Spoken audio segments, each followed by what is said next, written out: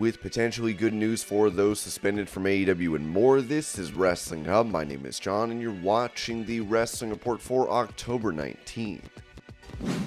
Before we get into the rest of the video, make sure you subscribe to Wrestling Hub and turn on all notifications to stay up to date with everything in the world of pro wrestling. Also, don't forget to follow us on Instagram at Wrestling Hub Official and follow us on Twitter at Wrestling_Hub.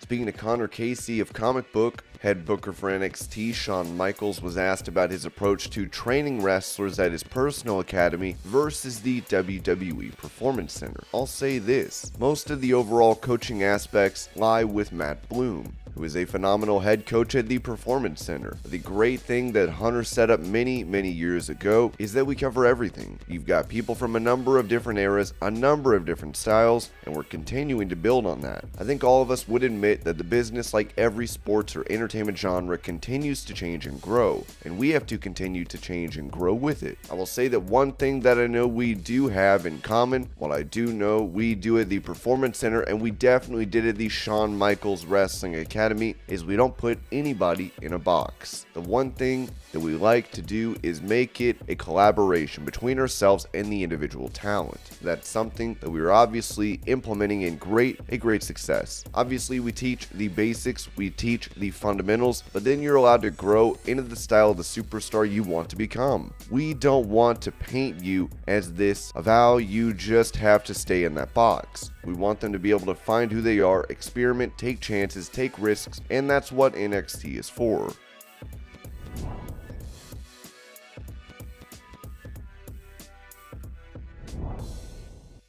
Talking about his career being cut short with KNS WrestleFest, Bret Hart revealed stars he would have loved to have faced. Kurt Angle would have been one of my primary guys. He always wanted to work with me, and I wish I could have worked with him. I would have loved to have worked with Brock Lesnar just because I always heard he was a good pro in the ring, the opposite of Goldberg. A guy I really wish I could have worked with would have been Rey Mysterio. Rey was really as special or as unique as Andre the Giant was in a different way. There is only one great masked wrestler in the history of wrestling that was really great, and that's Rey Mysterio. Rey has always been one of the best. When I think of great wrestlers, I always overlook Rey, but he's one of the greatest of all time. I've always respected him and wish I could have worked with him.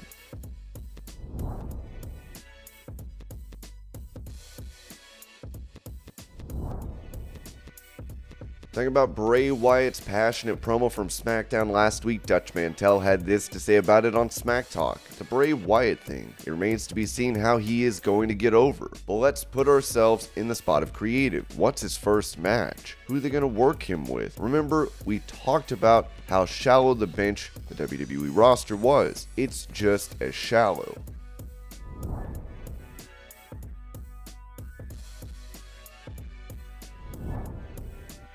Speaking about the recent reunion of D-Generation X on Raw, Road Dogg noted the absence of Billy Gunn, who was signed to AEW. As he said on his podcast, "It broke my heart, and I believe it broke his too." In all actuality, Hunter was not happy about it either. Shawn and X-Pac weren't either. We wanted the band all that we could get back together. China is there in spirit. That didn't happen. From what I understand, and I'm not in those inner circles anymore, and for my sanity, rightfully so and thankful, I don't know the exact reason, but I was told everything that we could do was done and we couldn't come together. During the day prior, I texted him, "Hey, are you going to be able to make it? Have you guys found out any answers yet?" He said, "Yes, I'm in." I was like, oh my god, that's awesome. Literally, before I landed at home, I found out he was not in. I texted him back and he wasn't happy either. It just didn't work out no matter what. I understand. Whatever. I understand AEW and WWE not huge fans of each other from a business standpoint. It was a big deal, and I feel like he got ripped off and didn't live it with us. I'm sorry for that. I know he is too.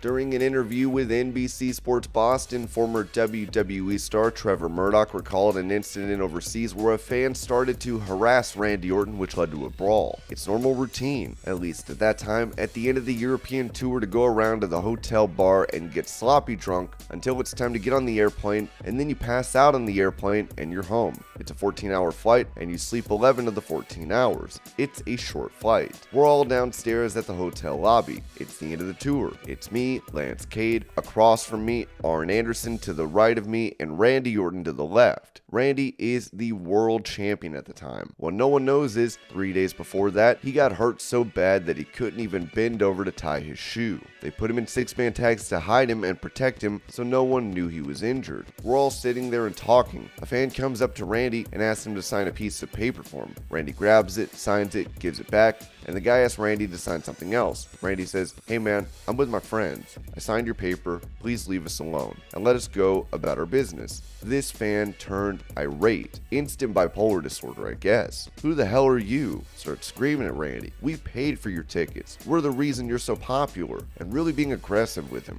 Randy stands up in his chair and starts looking around for security. He yells to security, "This guy's trying to grab my balls. He's trying to grab my balls. Get him out of here." Security runs over, grabs him, and takes him out. We go back to talking and having a good time. About 20 minutes later, this guy comes back again, and as nice as can be, he goes up to Randy. "Sir, can you please sign this for us?" Randy was a pressure cooker at the time. We were all taking a deep breath like, this could be bad. Randy goes, "Please leave me alone. I signed what you needed. I want to have time with my friends. Please leave me alone." The fan goes nuts again, yelling and screaming at him. Randy stands up again and screams at security, "He grabbed my balls this time. He got in there. Get him out of here." They take him out. They swear to us he's out of the hotel. We go back to having a good time. The bar closes down. We have about 2 hours before we get on the bus and head to the airport. We're walking out of the bar and Lance is walking in front of Randy. About 10 steps behind Lance is Randy. 10 steps behind Randy is me. As we're walking out of the bar, the guy we thought got thrown out was hiding behind the hotel lobby and is running around. He was going to hit Randy from behind. Randy turned and saw him coming and yelled, "Murdoch!" I'm half crocked. I'm drunk.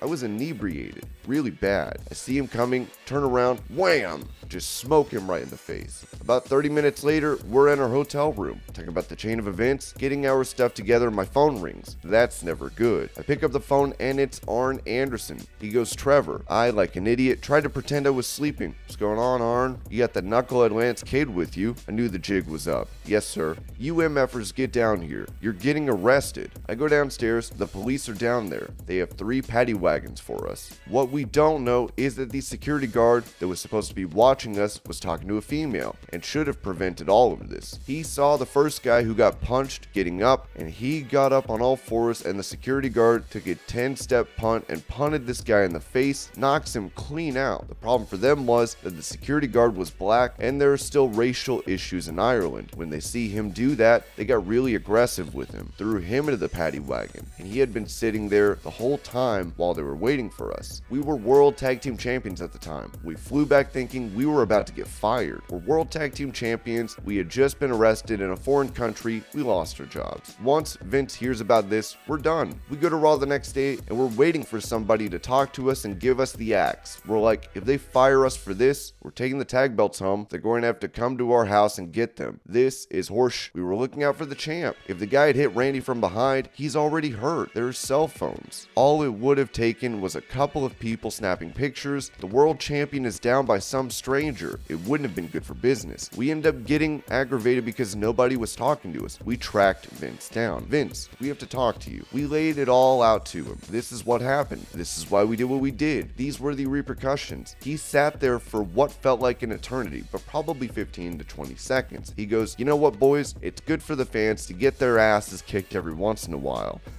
Don't worry about it. I'll have the lawyers take care of it." We walked away. Lance and I looked at each other. What just happened? We went from preparing ourselves to talk to our wives about not having a job to, it's good for the fans to get their asses kicked.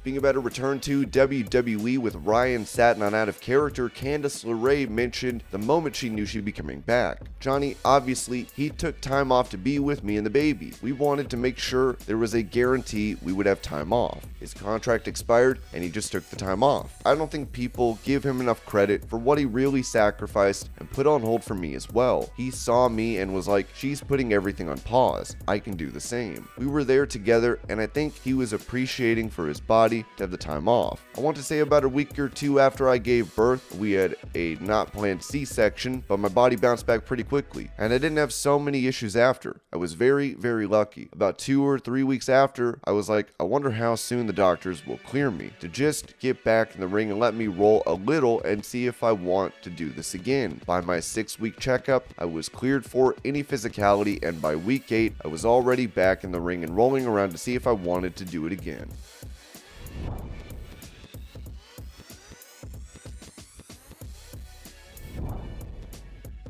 With CM Punk and the EVPs getting into a brawl after All Out, they would end up suspended from the company. While there is no word on the investigation into this matter being complete, or even a timetable for it to be done, fans noticed that commentator Tony Schiavone mentioned Omega and the Young Bucks on Dynamite, and that they were the inaugural AEW Trios champions. CM Punk also appeared in a video package for the Ring of Honor title prior to Chris Jericho defending the belt against Dalton Castle, with it reported previously that none of the parties being mentioned on programming was a sign that they were in fact suspended. Only time will tell if they are coming back soon.